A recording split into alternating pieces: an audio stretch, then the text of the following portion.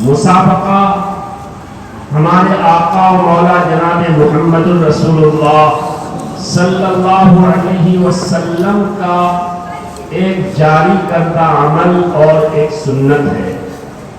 یہ اور بات ہے کہ نبی صلی اللہ علیہ وسلم اس زمانے کی ضرورت کے اعتبار سے صحابہ کرام میں گھوڑا چلانے کا مسابقہ کراتے تھے۔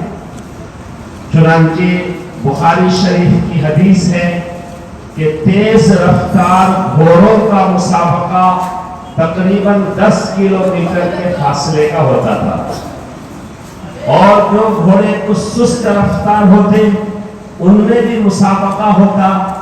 گھوڑ سوار لوگ اپنے گھوڑوں کو لے کر جو ہے تقریباً 3 کلومیٹر تک جو ہے چلتے، اور جو پہلے پہنچ جاتا وہ گویا کہ اول نمبر سے کامیاب ہونے والا ہوتا۔ اس طرح سے صحابہ میں گھوڑا چلانے اور گھوڑ سواری کا یہ اس زمانے کی ضرورت کے اعتبار سے جذبہ اللہ کے نبی صلی اللہ علیہ وسلم پیدا فرمائے تھے۔ قرآنی مسابقہ آپ نے تو نہیں کیا، لیکن قرآن کریم کے اعتبار سے مختلف جگہ آپ نے ترجیح دیا صحابہ کو۔ ایک زمانہ ایسا تھا کہ امامت کے لیے اس کو منتخب کیا جاتا جن کو سب سے زیادہ قرآن یاد ہو۔ مختلف شہداء میں سب سے پہلے قبر میں لحد میں اس میت کو رکھا جاتا، اس شہید کو رکھا جاتا جن کو قرآن کریم سب سے زیادہ یاد ہو۔ اس طرح گویا کہ قرآن کریم زیادہ سے زیادہ یاد کرنے، قرآن سے تعلق اور شغف قائم کرنے کا اللہ کے نبی علیہ السلام نے صحابہ میں جذبہ پیدا کیا، اس کی ترغیب دی۔ چنانچہ ہمارے اس ملک میں قرآن کریم صحیح تلفظ کے ساتھ پڑھنے کا عام رواج نہیں تھا۔ بہت سارے بچے حافظ ہوتے، لیکن وہ صحیح تلفظ کے ساتھ قرآن پڑھنے کے لیے محتاج ہوتے کہ وہ قاری بنے۔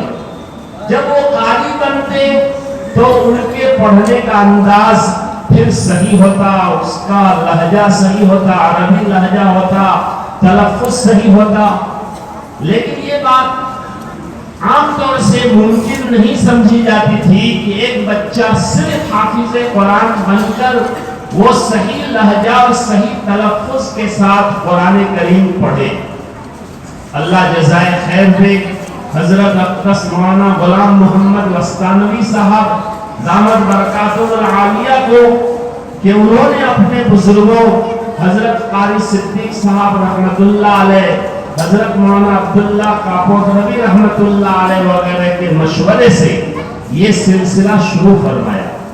اس کے بعد ماشاءاللہ حفظ سے بچوں کو صحیح قرآن تلفظ کے ساتھ پڑھنے کا ایک عام رواج پڑا، اور آج الحمدللہ تقریباً ہندوستان کے اکثر مدارس میں صحیح تلفظ کے ساتھ قرآن کریم پڑھنے کا عام رواج پڑ گیا ہے۔ مولانا ایوب بھٹکلی صاحب جو آسام میں بہت مرتبہ تشریف لاتے ہیں، وہ فرما رہے تھے کہ ماشاءاللہ آسام کے مدارس میں گھوما، اب قرآن کریم پر جتنی محنت ہوئی ہے بہت محنت ہے، اب جو ہے اور اس کی مزید ضرورت نہیں۔ وہ ہم اپنے اعتبار سے کہیں، ورنہ قرآن کریم پر ہم جتنی محنت کریں یہ اچھی بات ہے، تو الحمدللہ یہ قابل مبارک بات ہے۔ عزیز طلبہ کرام، الحمدللہ آپ حفظ قرآن کا مسابقہ میں شریک ہوئے اور آپ حافظ بنے ہیں یا بن رہے ہیں۔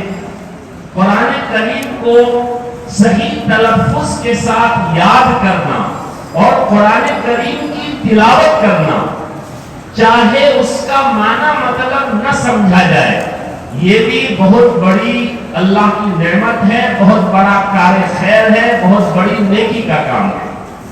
اس وقت دنیا میں کچھ لوگ ایسے ہیں جو یہ کہتے ہیں کہ قرآن کریم کو بغیر سمجھے پڑھ کر کیا فائدہ،